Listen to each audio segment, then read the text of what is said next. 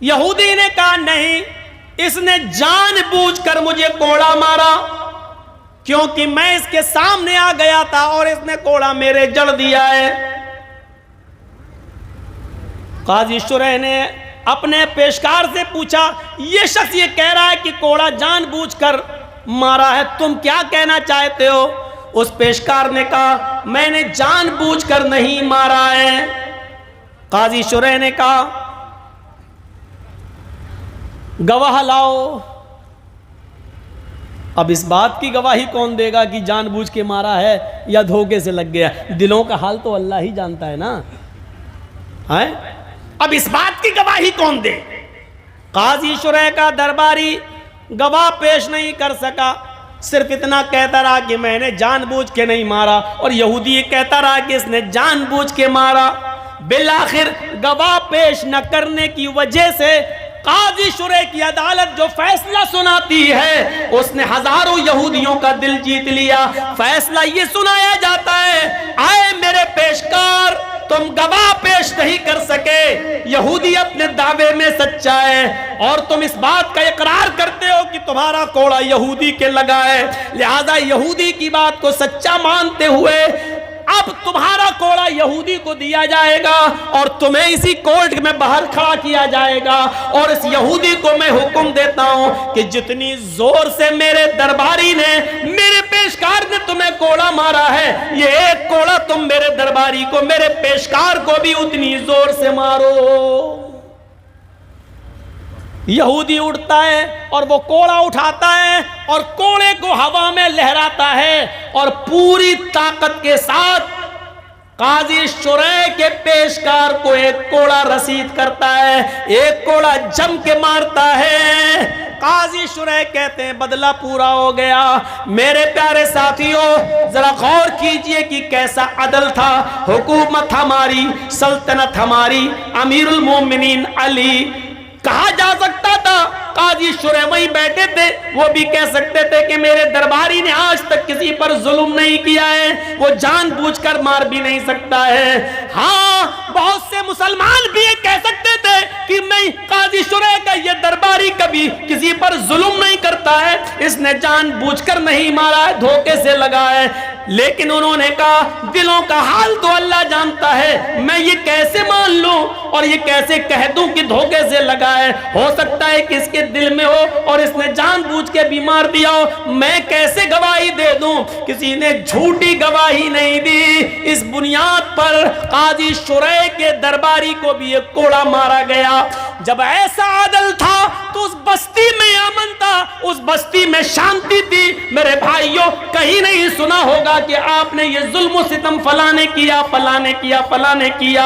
हमारे असलाफ ने, हमारे बुजुर्गों ने, हमारे सहाबा ने, हमारे ताबईन ने, तबा ताबईन ने हमेशा अदल से काम लिया, अपनों के साथ भी और परायों के साथ भी। इसलिए अमन रहा, शांति रही और कोई सर उठा के नहीं रह सका। जिस अदल का जीता जागता सबूत हजरत उमर फारूक की शक्ल में दे रहे हो कि यही बैतुल मुकद्दस, यही बैतुल मक़दिस, जिसके लिए आज हजारों लाखों की जानें जा रही हैं, यही बैतुल मक़दिस जब फतह होता है हजरत उमर फारूक के जमाने में, और यही फिलिस्तीन के लोगों ने जब दावत दी हजरत उमर फारूक को कि बैतुल मक़दिस फतह हो गया, आप आइए, तशरीफ ले आइए और नमाज पढ़िए हमारे यहाँ आकर।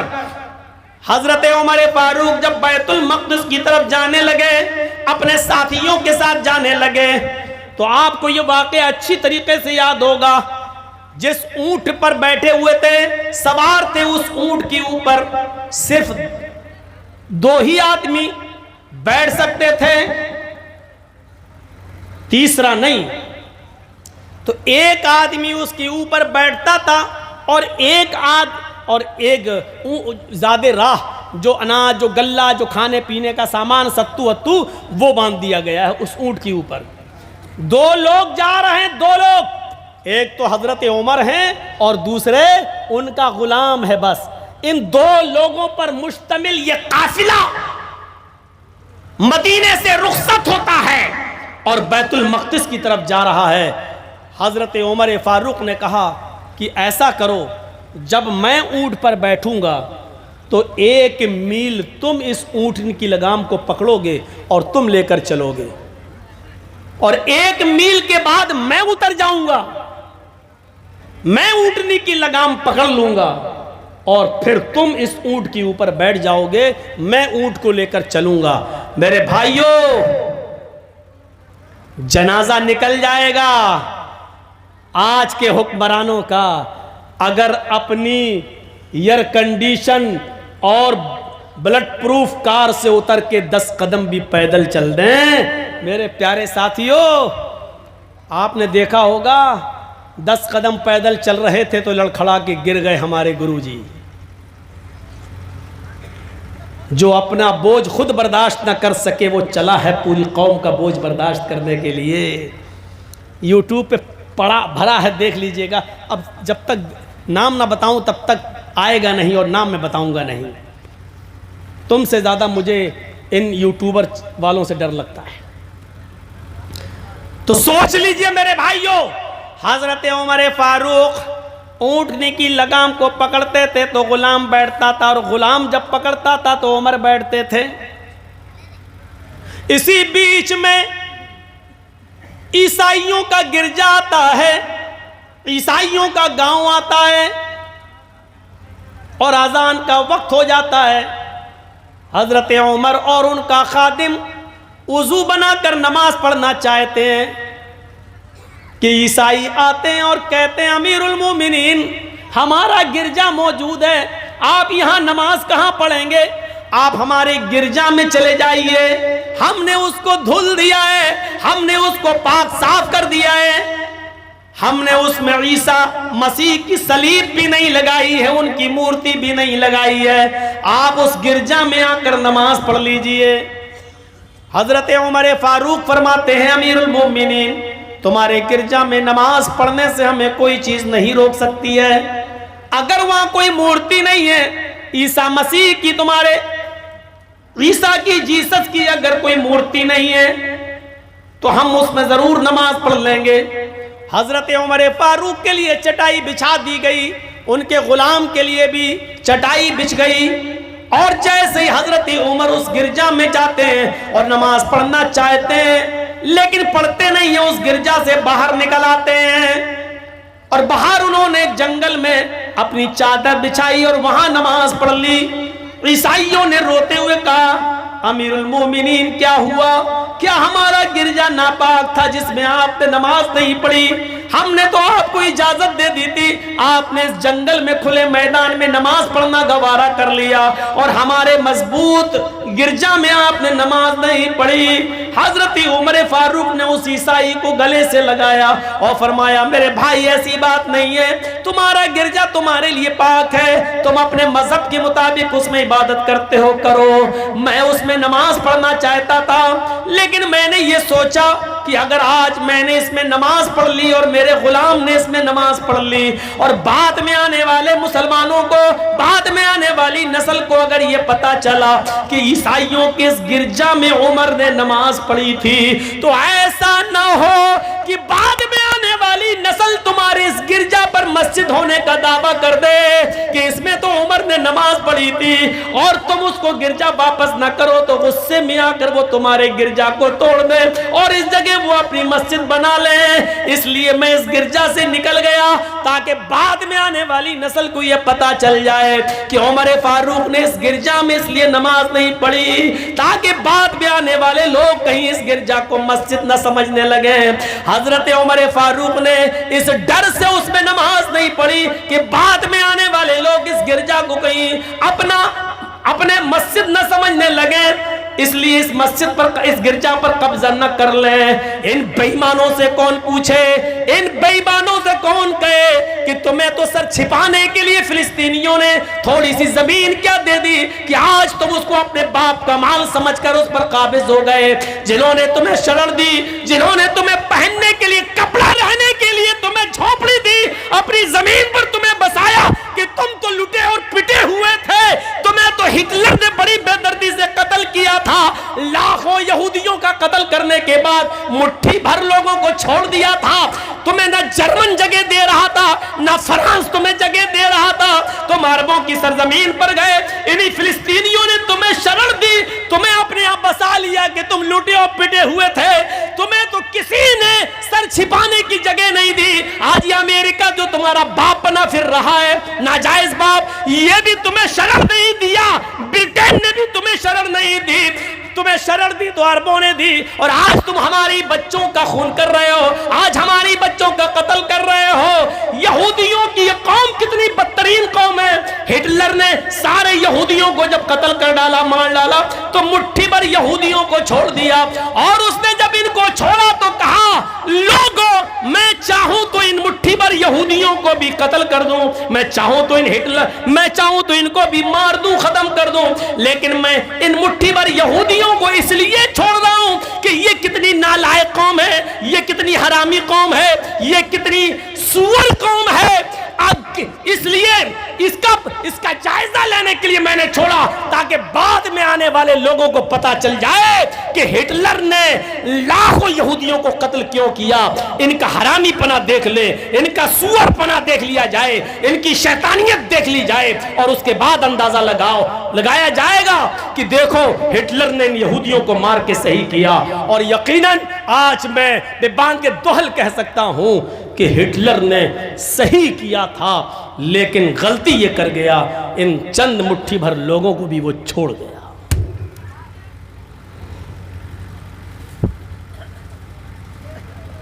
देखते हैं क्या क्या थंबल दिया जाएगा इस पर, और देखता हूं कि तुम्हें कितना रुपया मिलता है, और पैसों के चक्कर में तुम किस हद तक गिर सकते हो, मैं ये भी देखूंगा। रोजाना मेरी चैनलों पर नजर रहती है, रोजाना परसों तक दिखाया जाए मेरे बारे में। जरा तसव्वुर करो कि परसों मैं कटियार की सरजमीन पे तक़रीर कर रहा हूं और टीवी पे मेरा मंजर चलाया जा रहा है। जरा तसव्वुर करें आप। और एक वीडियो कट करके दी है, वीडियो,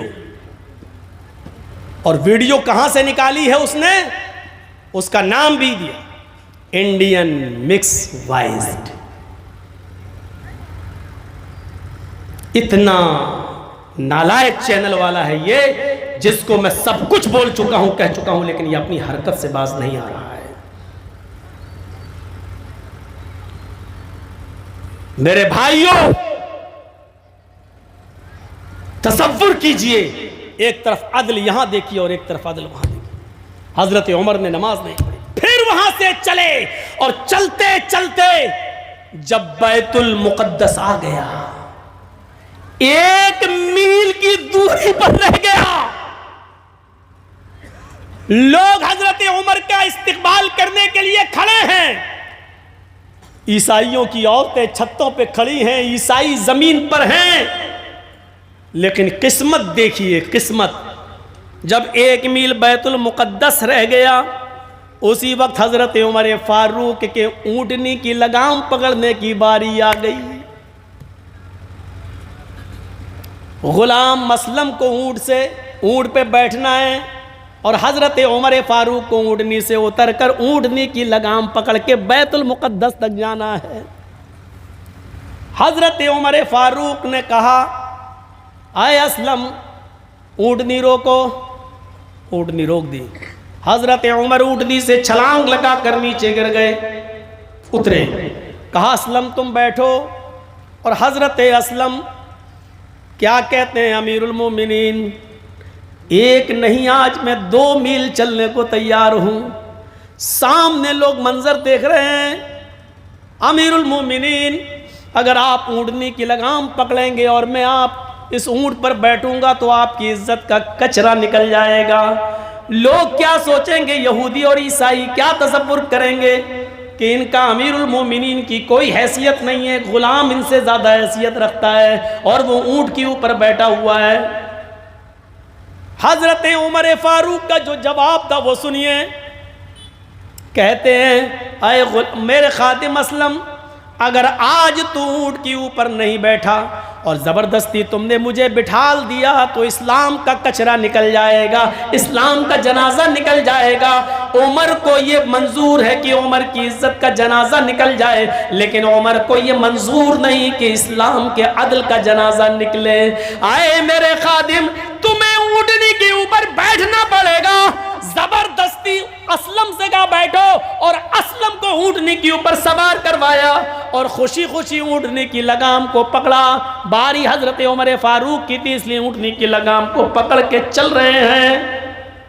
जब करीब आते हैं तो ईसाई चीख चीख कर कहते, मुसलमानों, तुम्हारा अमीरुल मोमिनीन क्या वो है जो ऊंट के ऊपर बैठा हुआ है और चला रहा है? क्या अमीरुल मोमिनीन तुम्हारा वो है? क्या उसी की फौज ने बैतुल मक़दिस को फतह किया है? क्या वही है जो फातिहाना दाखिला कर रहा है? तुम्हारा अमीरुल मोमिनीन जो ऊँटनी पर सवार है, क्या वही है जो ऊँटनी पर बैठ कर आ रहा है? और मुसलमान आंखों में आंसू भरते हुए रोते हुए कहते हैं, नहीं ईसाइयों, यहूदियों, मेरा अमीरुल मोमिनीन तो वो है जिसके हाथ में ऊँटनी की लगाम है, जिसके हाथ में ऊँटनी की लगाम है, और वो ऊँटनी को लेके चला रहा है, और उस ऊँटनी के ऊपर जो बैठा हुआ है वो तो उसका खादिम है, वो तो उसका गुलाम है। क्या करें? आधी आधी दूर, एक एक मील दूर दोनों एक ऊँटनी की लगाम पकड़ते थे। बैतुल मक़दिस आने से पहले हजरत उमर फारूक की बारी आ गई। हजरत उमर ने इंसाफ का मर्डर नहीं होने दिया, अपने खादिम को ऊँट पे बिठाया और ऊँटनी की लगाम खुद पकड़ ली। जब नीचे उतरे तो लोग हजरत उमर फारूक से गले मिलने लगे, और जब अमीरुल मोमिनीन से गले मिल रहे थे, इंसाफ का और अदल का ये मंजर जब देखा यहूदियों ने, तो कुछ यहूदी और ईसाई ऐसे थे जो इस मंजर को देखकर, अदल के इस निज़ाम को देखकर उनकी ज़बानों पर कलमा जारी था, अशहदु अल्ला इलाहा इल्लल्लाह व अशहदु अन्न मुहम्मदन अब्दुहु व रसूलुहु। ये कलमा पढ़कर वो इस्लाम कबूल कर रहे थे। मेरे प्यारे साथियों, तसव्वुर करिए ये कौन सा इस्लाम था?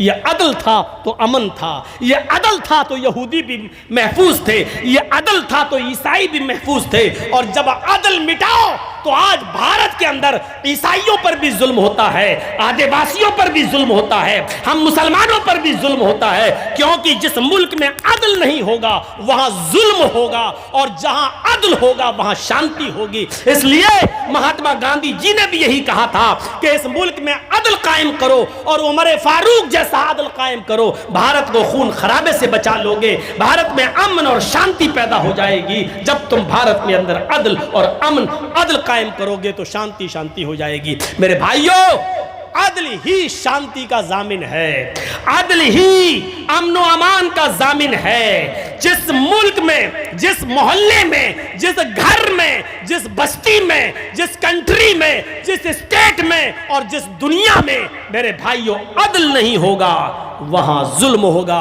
अक़वाम मुत्तहिदा अगर अदल करने लगे तो इस्राइल और फिलिस्तीन की जंग 1 मिनट में रुक जाए। लेकिन अफसोस यह है कि संयुक्त राष्ट्र भी, अक़वाम मुत्तहिदा भी अमेरिका के दबाव में काम करता है। जैसे आज हमारे मुल्क के अंदर बहुत से गवर्नमेंट के विभाग और बहुत से सरकारी डिपार्टमेंट जैसे हमारे मुल्क के चौकीदार के दबाव में काम करते हैं, उसी तरीके से अमेरिका के दबाव में आज अक़वाम मुत्तहिदा भी काम करता है। इसलिए वो कड़ा फैसला नहीं ले पाता है। वरना हक तो यह है कि जिस तरह फिलिस्तीनियों ने जमीन दी है इजराइलियों को रहने के लिए, उनसे यह कहा जाए कि तुम शरणार्थी बनकर रहो, उसके मालिक बनकर न रहो, क्योंकि ये जमीन फिलिस्तीनियों की है, अरबों की है, तुम्हारी नहीं है।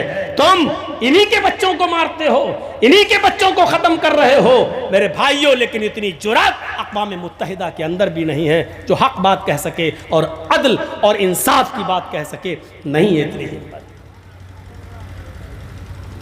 जितना अदल होगा उतना अमन होगा। एक यहूदी हजरत अली के पास आता है और उनके कान में कहता है, मैंने ये गलती की है, मैं अपना जुर्म कबूल करता हूं। आए अमीरुल मोमिनीन, इस जुर्म की सजा है 10 कोड़े, और मैं चाहता हूं कि 10 कोड़े मेरे मारे जाएं।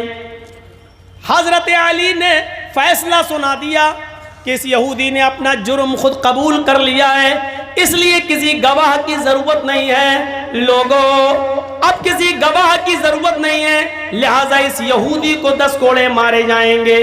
अपने गुलाम कंबर से कहा उठो, अपने गुलाम कंबर से कहा उठो, आए मेरे गुलाम कंबर, इस यहूदी को 10 कोड़े मारो, क्योंकि इसने अपना जुर्म खुद कबूल कर लिया है। इसने अपना जुर्म खुद कबूल किया है, इसको 10 कोड़े मारो। किसको कहा? अपने गुलाम कंबर से। कंबर उठता है, कोड़ा उठाता है। अब मिजाज देखिएगा, कंबर उठता है, कोड़ा उठाता है। कौन है? हजरत अली का गुलाम है। कोड़ा उठाता है और यहूदी को मारना शुरू कर देता है, लेकिन कोड़े मारते मारते, कोड़े मारते मारते कंबर भूल जाता है कि मैंने 9 कोड़े मारे हैं या 10 मारे हैं। कंफ्यूज हो गया, कंबर को शक हो गया, 9 मारे कि 10 मारे, लेकिन उसने 9 ही शुमार किए। 9, चलो एक या तो 9 है या 10, अगर 9 होंगे तो एक और मारता हूं, 10 हो जाएंगे, और अगर 10 पड़ गए होंगे तो एक ज्यादा ही तो पड़ेगा, कम नहीं पड़ेगा। कम पड़ेगा तो सजा बाकी रहेगी, एक भले ही ज्यादा पड़ जाए कम ना पड़े। ये सोचकर कंबर ने एक कोड़ा जो और मारा, हकीकत में वो 10वां नहीं 11वां कोड़ा था। कंफ्यूज हो गया था, और कंबर ने जब कोड़ा मारा तो वो 10वां नहीं बल्कि 11वां कोड़ा था। यहूदी कोड़ों को गिन रहा था, जिसको सजा मिलती है ना तो वो गिनता है। अब जैसे हमको सजा सुना दी गई 10 साल की, तो हम एक एक दिन गिन रहे थे कि आज कितने दिन हो गए, आज कितने दिन हो गए। और जितना सजा देने, जिसको सजा सुनाई जाए, जितनी गिनती उसको याद होती है उतनी किसी और को याद नहीं। पुलिस भूल सकती है, और चीजें भूल जाएंगी, लेकिन जिसको सजा होती है ना वो नहीं भूलता। तो एक एक दिन कितने घंटा कोई आदमी जेल में रहा, वो सब वो गिनता रहता है, क्योंकि और तो कोई काम है नहीं, तो यही दिमाग लगा रहता है। आज कौन सा दिन है, आज कितने घंटे हो गए, अच्छा ये सब वो जोड़ता रहता है। जो लोग जेलों में गए होंगे उनको अच्छी तरह मालूम होगा। तो मेरे भाइयों, यहूदी कोड़े गिन रहा था, कितने कोड़े मेरे ऊपर पड़ गए, तो 11वां कोड़ा पड़ा। वो फौरन चीख पड़ता है, अमीरुल मोमिनीन अली, आपके गुलाम कंबर ने एक कोड़ा ज्यादा मारा है। सजा तो मेरी 10 कोड़े की थी, लेकिन 11 कोड़ा मारा। हजरत अली ने फौरन कहा, कंबर इधर आओ। ये यहूदी क्या बोल रहा है, क्या कहना चाहते हो? कंबर ने कहा, अमीरुल मोमिनीन, मैं इसको कोड़े मार रहा था, 5, 6, 7 तक गिनती बिल्कुल सही चली, उसके बाद मैं भूल गया, और 9, 10 में या 10, 11 में मैं कंफ्यूज हो गया। अमीरुल मोमिनीन, ये सच है कि मैंने इसको कोड़े तो मारे हैं, लेकिन हो सकता है कि एक कोड़ा ज्यादा लग गया हो, क्योंकि 9, 10 में या 10, 11 में मैं कंफ्यूज हो गया था। हजरत उमर कहते हैं, तो हजरत अली कहते हैं तुम कंफ्यूज हो गए थे, लेकिन यहूदी कंफ्यूज नहीं है। उसने साफ कहा है कि एक कोड़ा ज्यादा मारा है, लिहाजा उसी की बात को बुनियाद मानते हुए और सही मानते हुए ये तस्लीम किया जा रहा है कि तुमने एक कोड़ा उस यहूदी को ज्यादा मारा। खड़े हो जाओ, यहूदी की जगह पर अब तुम खड़े हो जाओ। हजरत अली ने कंबर को खड़ा कर दिया और यहूदी से कहा, कोड़ा उठाओ, और एक कोड़ा तुम भी इसकी पीठ के ऊपर मारकर अपना बदला ले लो, क्योंकि एक कोड़ा इसने ज्यादा तुम्हें मारा है। फिर पूरे मजमे के अंदर तमाम यहूदी और ईसाइयों ने देखा कि उस यहूदी ने कोड़ा हजरत अली के गुलाम कंबर को भी मारा। आर भारत के आए चैनल वाले, जी न्यूज वाले, कम से कम हक भी अदा कर दो और ये भी बयान कर दिया करो कि इस्लाम के अंदर ये अदल था, इसलिए वहां पर अमन था, सुकून था। तुम्हें तो अवार्ड मिलना चाहिए कत्लो किताल का, लड़ाई और झगड़े का, हिंदू मुसलमानों में नफरत फैलाने का। अगर तुम मजहबों की अच्छाइयां बयान करने लगो तो अभी सारे मजहब वाले आपस में किसी भाईचारे से रहेंगे, लेकिन ये तुम्हें मंजूरी नहीं है, ये तुम्हें बर्दाश्त ही नहीं है। हिंदू मुस्लिम का भाईचारा ये तुम कैसे गवारा कर लोगे, क्योंकि तुम्हारे आका को पसंद नहीं है। तुम्हारे सर पर जिसका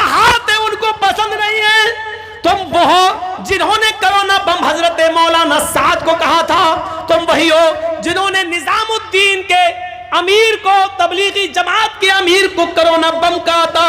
तुम ही वही हो जिसको कोर्ट ने क्लीन चिट दी हो, जिसको high court, lower court, supreme court से क्लीन चिट मिली हो, उसको हाई मीडिया वालों तुम्ही ने रुस्वा किया था, तुम्ही ने जलील किया था, तुम्ही ने बदनाम किया था। और ऐसे पता नहीं कितने लोगों को तुमने जलील किया, कितने उलमा को तुमने जलील किया, कितने मौलवियों को तुमने जलील किया, कितने दूरंदेशों को तुमने जलील किया। और कोर्ट का हंटर चला तो तुमने माफी भी नहीं मांगी और सॉरी भी नहीं कहा एक बार भी। मेरे प्यारे साथियों, हजरत अली के इस इंसाफ का मंजर पेश करो। यहूदियों में अमन था, ईसाइयों में अमन था, क्योंकि हमारे यहाँ अदल था, और अदल था तो अमन था। एक वाकये की तरफ और ले जाना चाहता हूँ। हजरत उमर पेशाब कर रहे हैं और पेशाब करते करते उनका गुलाम आ गया और चीखता है, अमीरुल मोमिनीन, अमीरुल मोमिनीन। हजरत उमर फारूक ने सुन तो लिया, लेकिन पेशाब कर रहे हैं इसलिए बोले नहीं, इसलिए कोई जवाब नहीं दिया। लेकिन जब पेशाब करके फारिग हुए तो उसको बोला, इधर आ, क्या है, इधर आ, और एक थप्पड़ दिया उसके गाल पर। अमीरुल मोमिनीन, अमीरुल मोमिनीन, चिल्लाते चले जा रहे हो। मैं पेशाब करने के लिए बैठा हुआ था और तुम चीख रहे हो अमीरुल मोमिनीन, अमीरुल मोमिनीन। शर्म नहीं आती तुम्हें? कहा ठीक है, आइंदा ख्याल रखूंगा। अच्छा हाँ बताओ, क्यों बुलाया था मुझे, क्या काम है तुम्हें? उनके गुलाम ने कहा, अमीरुल मोमिनीन अब कोई काम नहीं है मुझे। हाँ मैं आपका गुलाम हूँ, आपको किसी चीज़ की ज़रूरत हो तो मुझे बता देना। मैं अपने हुजरे में, अपने कमरे में जा रहा हूँ। हज़रत उमर ने कहा, अभी तो तुम अमीरुल मोमिनीन, अमीरुल मोमिनीन चिल्ला रहे थे, कोई काम होगा तभी तो चिल्ला रहे थे। उसने कहा, हाँ अमीरुल मोमिनीन था कोई काम, लेकिन अब मुझे किसी चीज़ की ज़रूरत नहीं है। हाँ मैं आपका ग़ुलाम हूँ, आपको जब ज़रूरत हो तो मुझे बुला लीजिएगा, मैं चल रहा हूँ। कहा ठीक है। जब वो जाने लगा, 10 कदम चला कि लौट कर वापस आया। कहा अमीरुल मोमिनीन, कहाँ बताओ, बोलो। मैं अपने हुजरे में जा रहा हूँ, आप भी जहाँ बैठते हैं दरबार खिलाफत में वहाँ जा रहे हैं। एक मशवरा देता हूँ आपको, अगरचे आप मेरे मालिक हैं, ग़ुलाम को मशवरा नहीं देना चाहिए, लेकिन फिर भी मैं एक मशवरा देता हूँ, अगर अच्छा लगे तो अमल कर लीजिएगा। कहा क्या, बोलो। कहा अमीरुल मोमिनीन, जब आप दरबार खिलाफत में जाएं, जहाँ चटाई पर आप बैठते हैं और लोगों के फैसले करते हैं, उनके बातों को, उनकी शिकायतों को सुनते हैं, वहाँ बैठकर थोड़ी देर के लिए इतना सोच लीजिएगा, आपने मुझे जो मेरे गाल पर थप्पड़ मारा है, ये थप्पड़ जायज़ था कि नाजायज़? कहीं आपने मुझे नाजायज़ तो नहीं मारा? बस इतना सोच लीजिए, शायद आपको एहसास हो जाए। हज़रत उमर ने कहा, मैंने नाजायज़ क्यों मारा, इधर आओ। तुम अमीरुल मोमिनीन नहीं चिल्ला रहे थे? कहाँ चिल्ला रहे थे? तुम्हें नहीं मालूम कि एक बार तुम बोलते थे, आज बार बार बोलते चले गए? कहा अमीरुल मोमिनीन, मैं एक बार बोलता था तो आप जवाब देते थे जी हाँ बोलो। जब आपका की आवाज़ मेरे कानों में आ जाती थी तो फिर मैं बोलना बंद कर देता था। आज आपने कोई जवाब ही नहीं दिया, इसलिए बोलता चला गया, सोचा गया आपने सुना नहीं होगा। कहा मैं पेशाब कर रहा था, क्या तुम्हें मालूम नहीं कि पेशाब करते वक्त बोला नहीं जाता? मैं पेशाब कर रहा था और तुम जानते थे कि मैं पेशाब कर रहा हूं, तो तुम्हें चीखने की क्या ज़रूरत थी और बार बार बोलने की क्या ज़रूरत थी?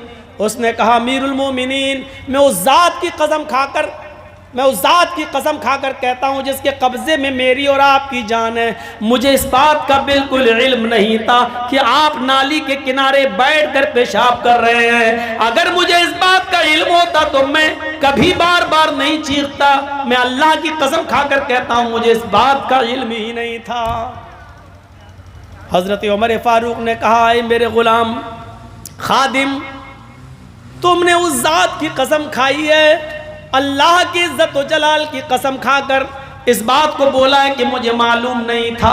जब तुमने अल्लाह की कसम खाकर इकरार कर लिया कि मुझे आपकी पेशाब करने का इल्म नहीं था, तो अब ये क्लियर हो गया अब ये साफ हो गया, अब ये जाहिर हो गया कि मैंने तुम्हें जो थप्पड़ मारा है वो थप्पड़ नाजायज था, मुझे नहीं मारना चाहिए।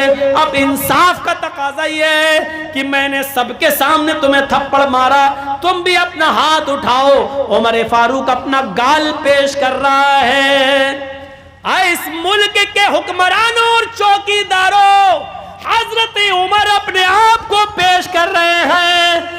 इस दुनिया के गोदी मीडिया वालों, हजरत उमर इस दुनिया में अपने आप को अपने गुलाम के सामने पेश कर रहे हैं। तुम्हारा चौकीदार तो एक मुल्क का चौकीदार है, हमारा अमीरुल मोमिनीन तो सऊदिया का भी है, इराक का भी है, ईरान भी उसके कब्जे में है, मिस्र भी उसके कब्जे में है, फिलिस्तीन भी उसके कब्जे में, इजराइल भी उसके कब्जे में है, ईरान भी उसके कब्जे में है, सीरिया भी उसके कब्जे में है, आज़रबाईजान और उर्दुन भी उसके कब्जे में है। ये सारे के सारे मुल्कों का अकेला एक हुक्मरान है, खलीफा है। इतने मुल्कों को जो पहले अरब मुल्क के अंदर सब शामिल थे, अकेला इनका एक हाकिम है। इतना बड़ा हाकिम है, वक्त एक मामूली गुलाम के सामने पेश होकर कहता है मैंने तुमको सबके सामने थप्पड़ मारा है, अब तुम भी थप्पड़ उठाओ, हाथ उठाओ और मेरे गाल के ऊपर एक थप्पड़ मारो, जितनी जोर से मैंने मारा तुम भी मारो।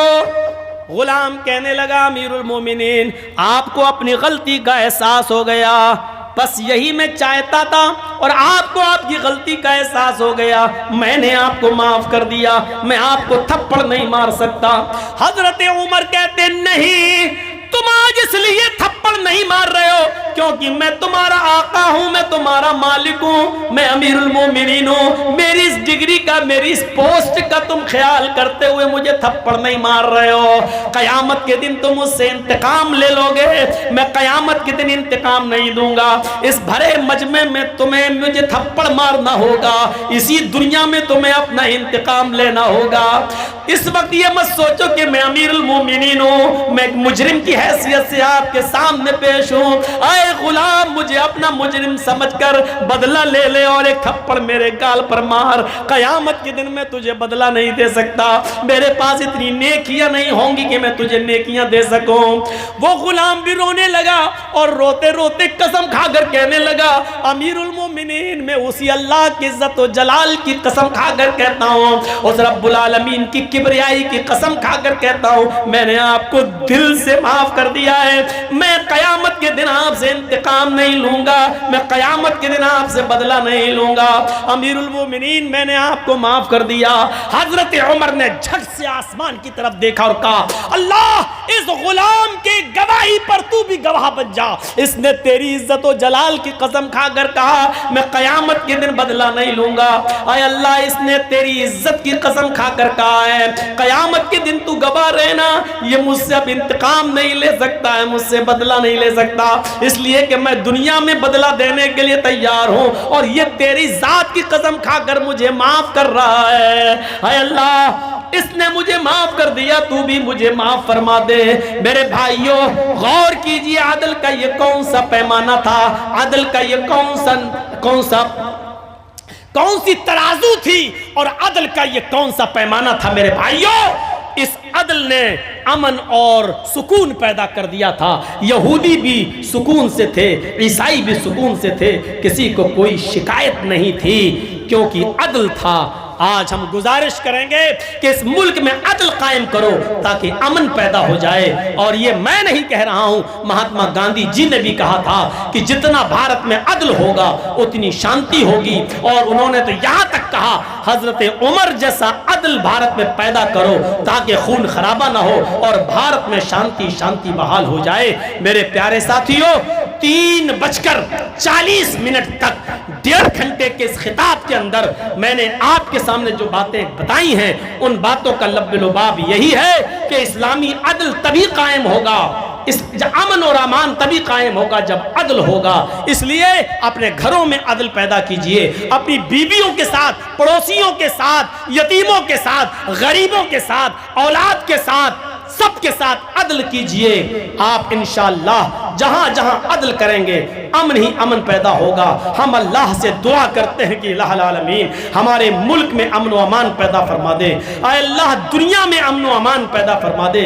इजराइल और फिलिस्तीन की इस जंग में आए अल्लाह तू हक का साथ दे दे। बारे इलाह जालिमों को बर्बाद कर दे। आए अल्लाह जो आज जुल्म और ज्यादती के तूफान खड़े कर रहे हैं, अल्लाह तू इसको उनको दुनिया से तहस नहस कर दे। अल्लाह तू उनको दुनिया से बर्बाद फरमा दे। अल्लाह हम तुझसे दुआ करते हैं कि अक़वाम मुत्तहिदा को भी अदल कायम करने की तौफीक अता फरमा। अल्लाह हम तुझसे दुआ करते हैं कि जो बीमार हैं उनको शिफाए कामिला और आजिला अता फरमा। और अल्लाह जो तेरी रहमत को जा चुके हैं उनकी कब्रों को नूर से भर दे। और जब तक तू हमें जिंदा रख, इस्लाम पे जिंदा रखना, और जब हमारा खात्मा हो तो ईमान पर हमारा खात्मा फरमाना। वमा अलैना इल्लल बलागुल मुबीन व आखिरु दअवाना अनिल हम्दुलिल्लाहि रब्बिल आलमीन। अस्सलामु अलैकुम व रहमतुल्लाहि व बरकातुहू।